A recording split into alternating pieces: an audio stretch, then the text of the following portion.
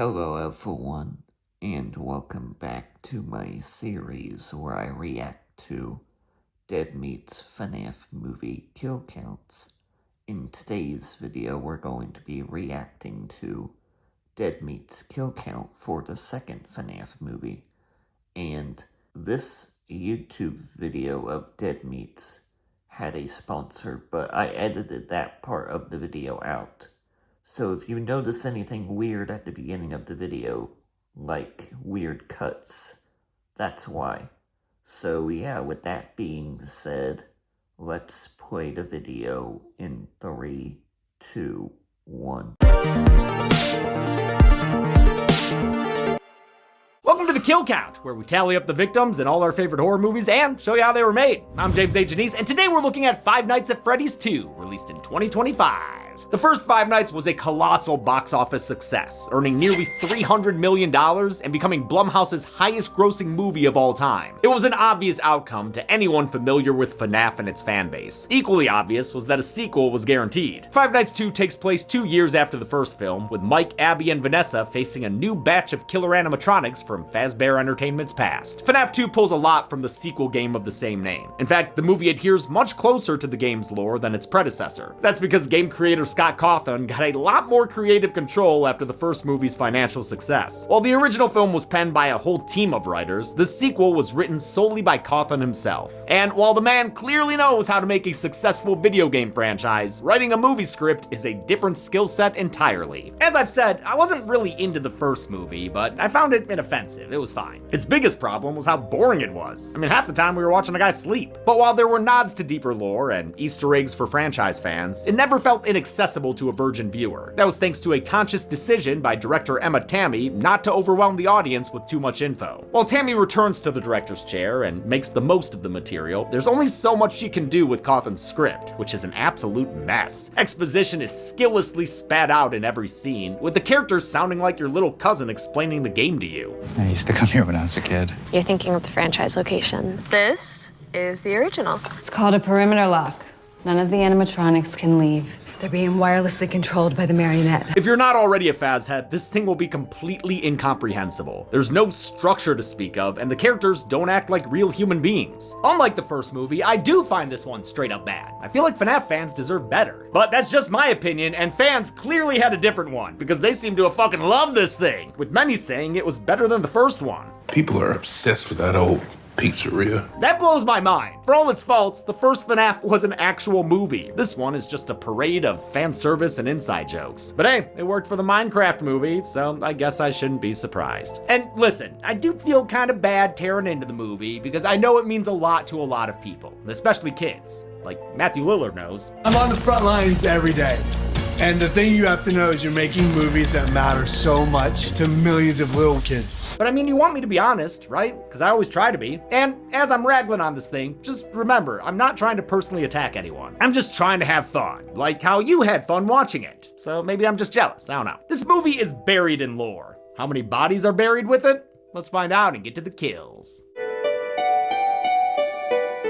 The movie begins in 1982 at Freddy Fazbear's Pizza, but not the one we know. Forget that shit. This one's way cooler, with boat rides, cool merch, freaking pirate ships. Hell yeah, dude, this place is great. But maybe don't sit on the floor. It's still a pizza place. This sticky pants kid is Charlotte, and she doesn't just look like Esther, she acts like an orphan too. Part of that is she ain't got no friends, and part of that is her mom died. She's grown attached to an animatronic that comes out of the floor, but since it ain't showtime yet, she'll have to settle for the Yellow Rabbit channel, as long as she stays away from the other rabbit channel. We of course know this is William Afton, the main antagonist of the first film. He was the owner of Fazbear's Pizza and used it as a cover for his true passion, murdering children. That's why he takes this other kid backstage in a cool and not conspicuous way at all. Very natural, dude, no one noticed, good job. Except Charlotte did notice, and since the adults here fucking suck, she decides to do something about it herself. She's briefly stopped by her only human friend, a young Vanessa Shelley, who, reminder from the first movie, is William Afton's daughter. She warns her friend not to go a snooping, but Charlotte ignores her, heading backstage to find William washing off some non-existent blood after, what, putting this kid down for a nap? Charlotte rescues the boy by, holy shit, lifting him from the ground and carrying him? She's fucking strong, dude! But is she fast? Fast enough to escape this stabby bunny rabbit? She stumbles out on stage for a Jada Pinkett scream. While the other kid just goes back to his mom, because he's completely fine, I guess. Can't say the same for Charlotte, who's been stabbed thrice in the back. She collapses, and her body goes down to where Oompa Loompas will sing a song about her. Nah, just kidding. Her body wound up in the arms of this thing, her favorite animatronic, the marionette. Yeah, hey parents, maybe clear the kids out of this place? No? Just let them keep staring to develop lifelong trauma? Okay, yeah, that's cool too. We get another arcade-themed credit sequence, complete with newspaper headlines about the incident. They reveal Charlotte was somehow blamed for getting stabbed in the back and killed? How could that possibly make sense? The pizzeria closed, but Afton soon opened a new location, the Fazbear's Pizza we know from the first movie. It promised to be bigger and better, which feels like the sequel telling fans what to expect compared to the first film. 20 years later, we're in 2002, 2 years after the events of the first movie. Remember, that took place in 2000, not present day. Oh shit, 9/11 took place between the FNAF films? Where were you on that autumn morning, Freddy? The last movie ended with Vanessa in a coma and the Schmidt siblings reunited. Vanessa's since recovered and is struggling to re-enter society, while not much has changed for Mike and Abby, aside from her height. Piper grew like a foot between the first and second movie, which is amazing. Abby's in middle school now, and her experience at Fazbear's has led to a love for robotics. Too bad her teacher, Mr. Berg, disapproves of Freddy and Friends. We're making real robots here, people. Yes, only real robots, like big claws and wheels. He gets pissed when anyone mentions the Faz gang, which again does not make sense for a robotics teacher. It's a mockery of everything that true robotics stands for. How, dude? They're like the most impressive robots I've ever seen. There's actually a full-on Fazbear festival coming up, which is kind of distasteful. I mean, in universe, children were murdered, you know? And apparently it all got popular because of Mike and Abby's Aunt Jane? Are we sure? Ever since your aunt went around telling stories about killer teddy bears, the whole damn town's lost its mind. Yeah, I heard they had your aunt committed, by the way. The clunky exposition doesn't lie. Oh, god damn it, I counted her as dead in the last kill count. It's possible she's only knocked out. She is. Don't count her, James. No! Abby's really missing her Chucky chums, even though they, tried to crush her inside an animatronic suit. She asks Mike if she can visit them, but he says they're not ready because he's still trying to repair them. The fucking liar! He goes on a not date with Vanessa at, I want to say, an Olive Garden? It's the perfect place to romance the daughter of the guy who killed your baby brother. Vanessa mentioned she's been having nightmares about her dad, but doesn't want to follow Mike's advice of fixing it through lucid dreams. Do you remember how I would use my dreams to confront what happened with Garrett? I do remember that, yes. It was kind of the whole plot of the first movie. But thanks for the reminder. Mike returns to an empty house since Abby's run off to see her friends at Fazbear's. He finds her there, but the restaurant's been emptied and her friends are gone, both the animatronics and the ghost kids inhabiting them. Maybe they're in heaven. Whoa, hey, pump the brakes there, Mike. I can't even begin to think about how Jesus factors into this lore. To cheer her up, Mike offers her a toy that sings a familiar tune. Maybe not.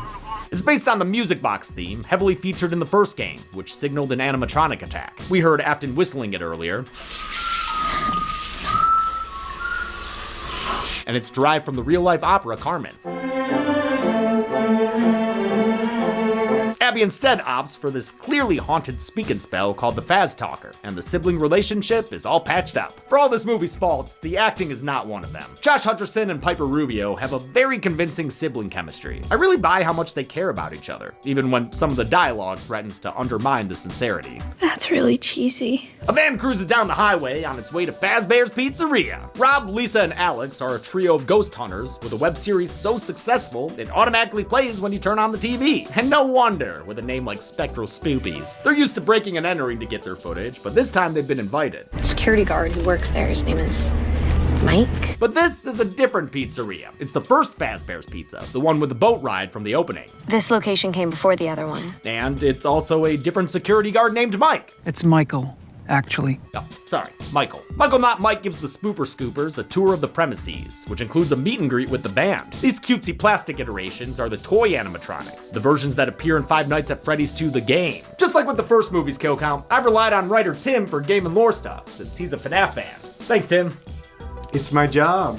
Tim told me that, unlike in this movie, the Fazbear location in FNAF 2 The Game is brand new, with the toy animatronics the shiny replacements for the first game's band. In the movie's alternate lore, though, they're the original Freddy, Bonnie, and Chica. Foxy ain't around, because he got dismantled. Sorry, Foxy fans. You're called Dum-Dums, right?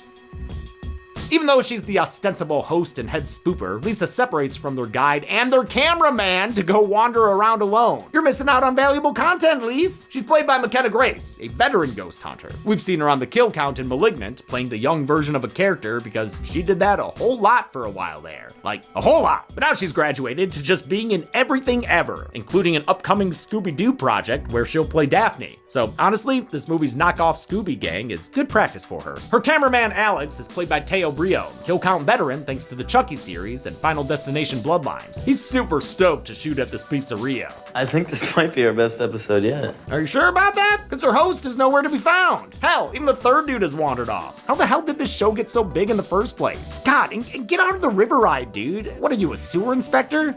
Like in Slugs? Lisa follows her audio equipment readings to a music box in the basement, but she should be more concerned about the giant clockwork birthday gift back there since it's the home of the marionette, who comes out and attacks her as the camera cuts away. The marionette is from the second game and became a recurring enemy throughout the franchise, though it's more commonly referred to as the puppet in the games. The movie Marionette was mostly a rod puppet, controlled by up to 5 puppeteers, although sometimes they would use versions pulled by cables and controlled by radio. It has a much more fluid and elegant movement, as opposed to the more mechanical Fazbear Gang. Lisa's scream is heard by Alex, who surmises from Michael's shit-eating grin that they've been led into a trap. He's promptly pulled into the rafters and torn to pieces, with his body parts falling down for a camcorder close-up.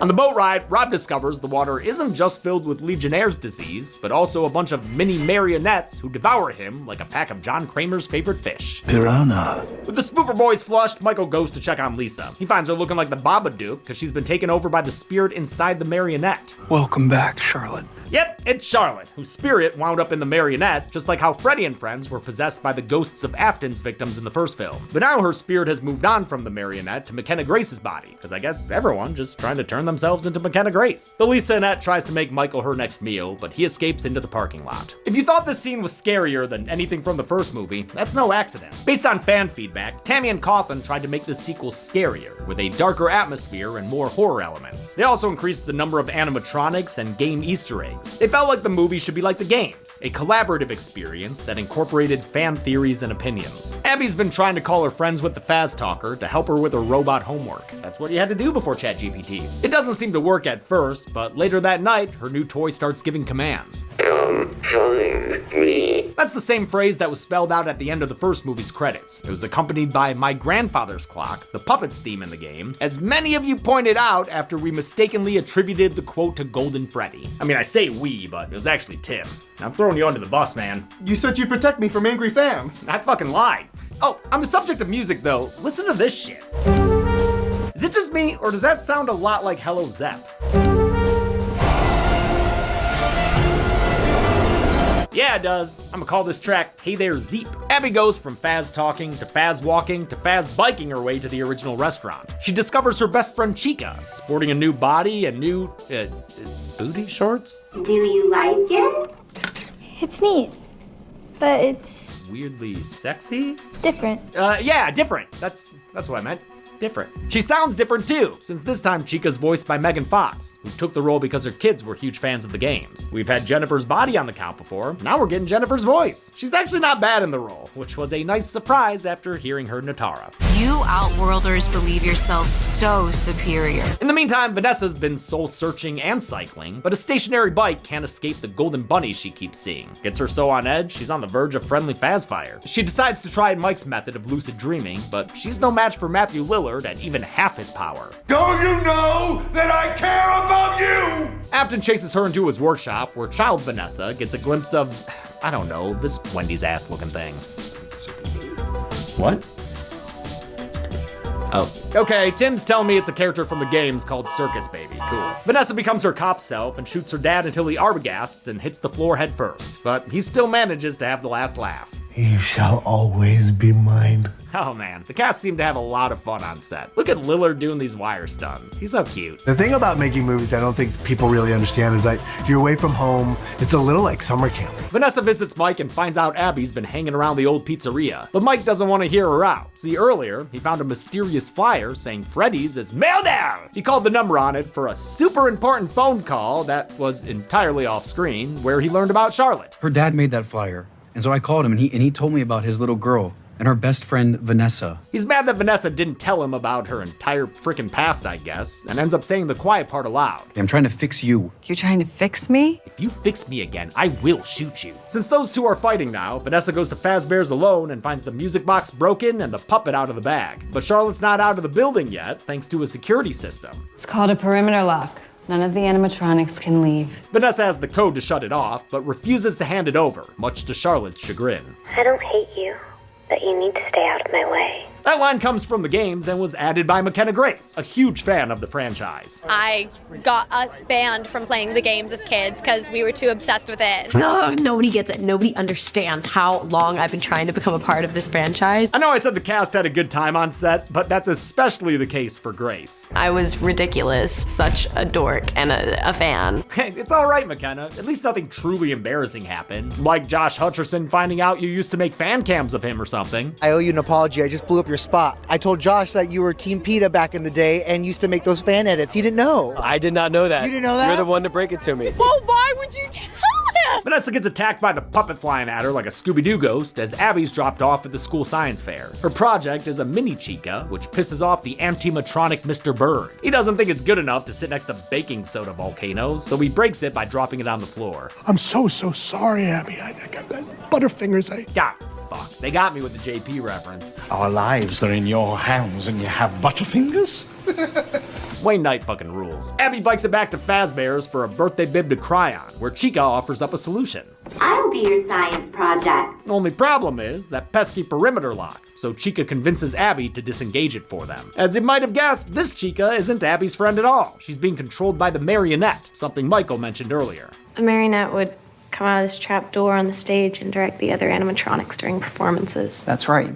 Using a wireless signal. Okay, I know they say that the wireless signal was way ahead of its time when they used it for these animatronics back in the 80s, but in no world would they actually pay to develop that technology. They would just program the animatronics to look like they were being puppeted by the marionette. Why would there ever be an actual wireless connection between them? That's insane! Charlotte has Vanessa tied up, and with Abby under threat, finally gets the security perimeter code out of her. It's relayed to Chica, who tells Abby to punch it in, turning off the block. Wait, is this the first time we're seeing Toy Freddy and Toy Bonnie up and running? Feels like we should have seen them sooner. With the robots in free roam mode, they and Abby get a cab ride from Corey X Kenshin, just like they did in the first movie. In fact, he's listening to Talking in Your Sleep, the de facto theme song for the first film. Much like he did in his Let's Plays, Corey gets jump scared by an animatronic. I gotta get a new job. Nah, man, you just gotta stop accepting fares from abandoned Fazbear restaurants. Who the fuck do you think you'd pick up there? Mike goes to meet the flyer guy, Charlotte's father, Henry Emily. He's played by Ulrich, who of course appeared alongside Lillard in the original Scream. They're partners here too,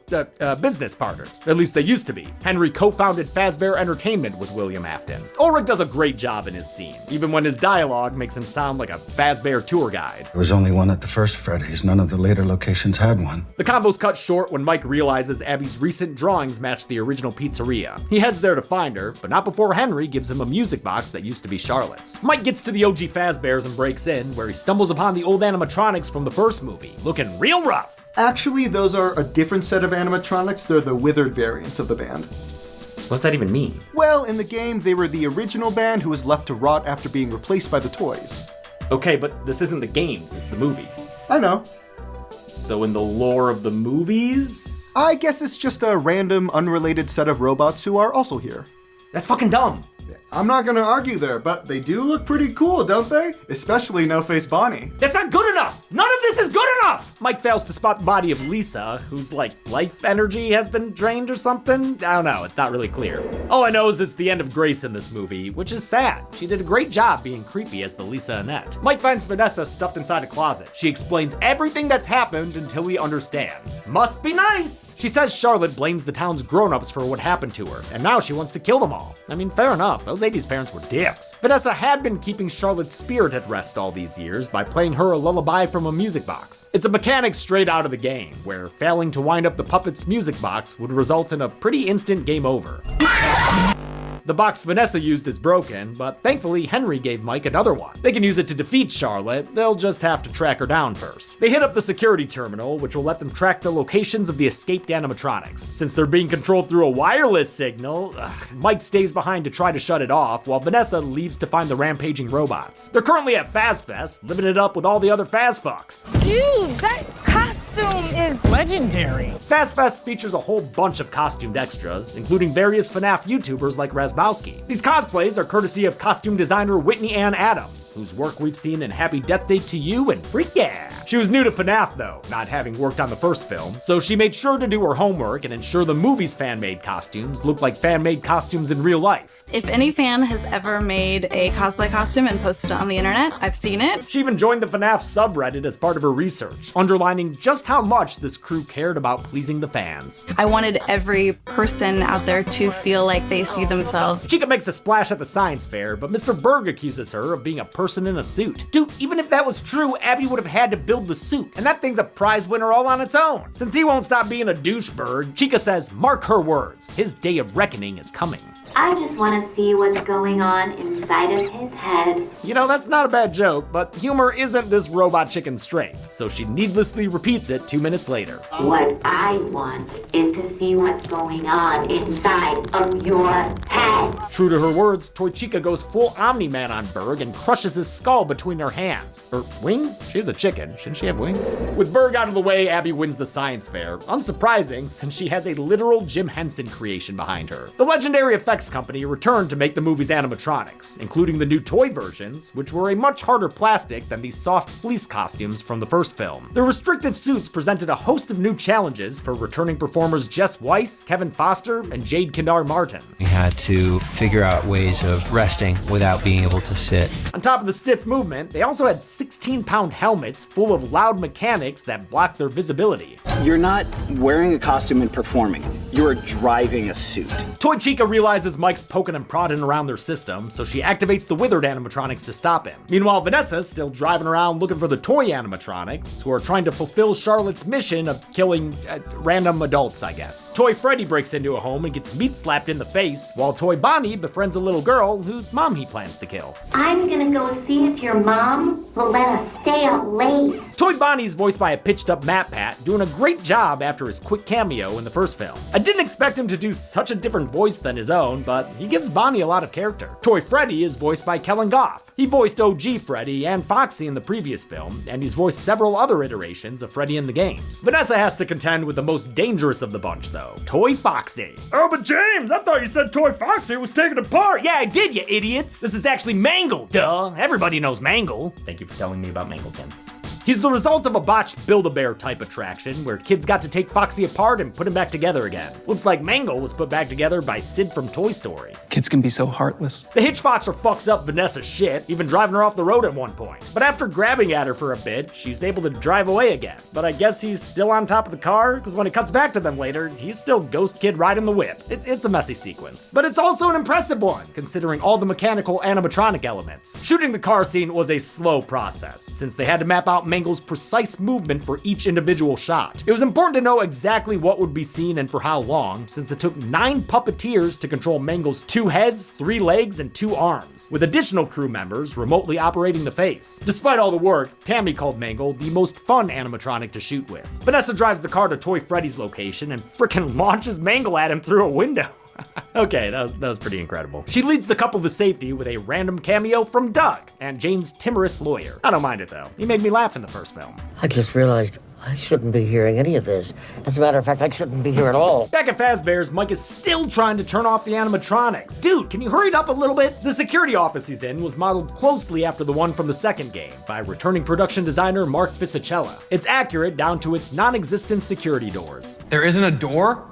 What kind of idiot designed this place? And the crowd. Oh, how they laughed and clapped. Fisichella had his work cut out for him, since now he had 2 pizzerias to build. The front of the new restaurant was a giant facade, just a storefront in the middle of a parking lot, but the interiors were fully realized sets. That includes the smaller music box set, where the walls were built to move to accommodate cameras and puppeteers. The stairs and tunnels leading down to that central gearbox were based on the Paris catacombs. The main part of the restaurant was built to look shiny and new for the opening scene, but then they they had to age it 20 years for the abandoned version seen in the rest of the film. The most impressive and complicated part was the riverboat ride. It was 4 feet deep, 5 feet across, and 200 feet long. That's a lot of water. We have water safety on set because there are boats floating on a river. It had to be drained every night, which did give them the chance to age the walls and bottom by painting them with rust and algae. Just like with the first film, Fisichella and his team included tons of Easter eggs, like the hanging stars in the office, these decorative paper pals, and the clocks all being set to 5:59, 1 minute before the end of your shift in the game. There were also these cups, which were apparently important enough for them to hand make hundreds. As always, the art team for these movies is nothing if not thorough. All you FNAF fans should really appreciate these truly talented people. Withered Freddy almost reaches Mike until he uses an old mask to pass himself off as another animatronic. I understand this is a mechanic in the second game, but it's still absurd that anyone would think to try it.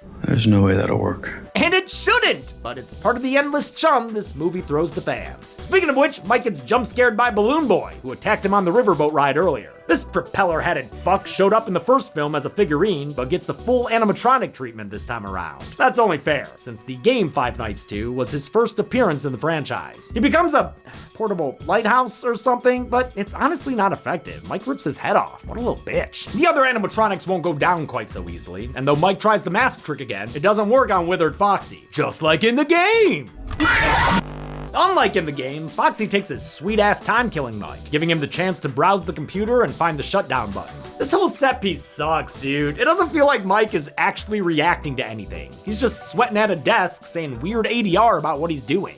It's now or never. I have to disable the signal. There's nothing suspenseful or exciting about a dude clicking on a computer. He eventually succeeds in shutting down the Withereds and the toy animatronics, just barely stopping Bonnie from committing matricide. Good thing the dad wasn't there, or it could have been a Matt patricide. One dot is still mysteriously moving, and it's at Mike's house since Abby's being tucked in by Toy Chica. Unlike My Money, her chest starts to jiggle before cracking open to reveal the marionette. She attacks Abby, and for some reason is able to reactivate the toy animatronics. Whatever. Mike's rushing home when Vanessa calls him, saying they need backup. We're outmatched. We need more help. So maybe call like the cops or like the army? Nah, they're gonna head to Fazbear's Pizza. The original one. Or the one from the original movie, which in movie lore is the second location? I got that right? Mike begs the ghost kids to come save Abby, but it doesn't work, so he leaves. He just went there, and now he leaves. Vanessa's car breaks down, so she hitches a ride with Jeremiah, Mike's co-worker from the beginning of the first film. We saw him earlier in this movie too, helping Mike with home renovations and exposition. He drops her off at Mike's house, where she finds a Babadookified Abby, really having a blast. The marionette has possessed her, since apparently Charlotte needs a host body. It seems like the marionette needs something or someone to bond to in order to move around. Wait, what? I thought that's what the puppet was for. Is the marionette not her host body? Is she a ghost possessing an animatronic, or is the animatronic the ghost? Or does a human host allow her to be more mobile than the marionette? Tim? I don't know. None of this is in the games. For the preposterous puppet possessions, both Grace and Rubio wore makeup that was digitally enhanced to give them a more animatronic look. Costume designer Adams also gave Abby a striped sweater that transitions through different stages until it winds up matching the marionette's outfit. The VFX team added the same stripe design to Abby's limbs. Piper Rubio really loved her time as the Abbyonette, and I don't blame her. I'm jealous of how fun this looks to do. Once in makeup, she'd stay in character and try to scare everyone on set. As mentioned in the first movie's kill count, Rubio's a huge fan of the franchise, and her enthusiasm did not diminish between productions. It's Toy Chica. It's the Paper Pals. Circus baby. The Abbyonette nearly kills Vanessa, but Mike shows up with the music box to exorcise the demon. Except it happens completely off screen. The main villain of the movie is defeated off screen. What the fuck? I guess I shouldn't be surprised. This puppet possession is nonsense, even by FNAF standards. The trio tries to leave, but they're blocked by the toy animatronics and their actual leader, a villain so scary he has to turn on the lights before he talks. Slinking around all shadow and bone is fucking Mike. I'm Michael. Sorry, Michael. But Michael's not just some creepy security guard. Get a load of his last name. Michael Afton. Yep, he's Vanessa's brother! If you remember, this Mike was a game character who Mike Schmidt was named after for the first movie. But what, they changed their mind and put him in the movies too? So now we have two Michaels running around? That's just great. Michael, the Afton one, reveals he organized Fast Fest himself so the animatronics could kill everyone. Half of this town will be dead by morning. Holy shit, that sounds awesome. Sure hope we see it. He extends an invitation to his sister, but there's only room for one Mike in her life now. The toy animatronics prepare to kill them before Bonnie is suddenly yoinked out the window by, oh my god, it's OG Foxy! Who stomps on Toy Bonnie's head like he was Michael fucking Myers. Toy Freddy gets ripped in half by the dirty, smelly version we know and love, and Toy Chica gets decapitated by Furry Chica. Or Feather Chica. She's a bird. She has feathers. The whole thing is a very Avengers-like sequence that even has pauses for applause. Too bad the Toy Squad goes down so quickly. Even Mangle. Wow, their shit's weak. This climactic scene had animatronics freaking everywhere, and the behind-the-scenes footage is a lot of fun to watch. I especially like seeing Chica standing on her mark. For all the fighting, the toy animatronics' hard plastic suits were swapped out for squishier urethane, which helped protect the people inside them as they performed the stunts. They were excited to get to play the OG animatronics too. Compared to the plastic toy versions, getting back into the soft costumes from the first film was like slipping on an old comfy pair of pants. Michael tries to make a run for it, but gets clotheslined by Jeremiah. Drat. Foiled again! Now that the evil is vanquished, the OG animatronics start to shut down as well. They weren't made to leave Freddy's. Okay, but they did, and they just kicked a lot of ass. But it's fine, whatever. Lead Ghost Kid returns to confirm the existence of God. Are you going to heaven?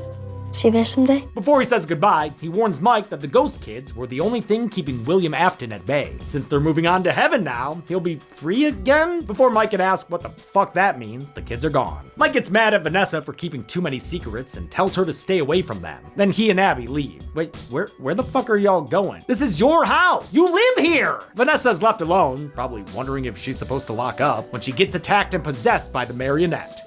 Wait, that's how the movie ends? That's how it ends? There is a mid-credits scene that takes place in the OG restaurant as a group of home haunters pick it for parts. They're setting up a haunted house based on the Fazbear legend, a plot that I'm told comes from the third game. In the back room, they stumble upon the golden bunny body of William Afton. They wrap him up to go, not noticing the twinkle in his eye, because he always comes back. This movie had toy bots, withered bots, and bots from beyond the grave. But how many kills did they get? Let's find out and get to the numbers. Jesus! Spring roll, no!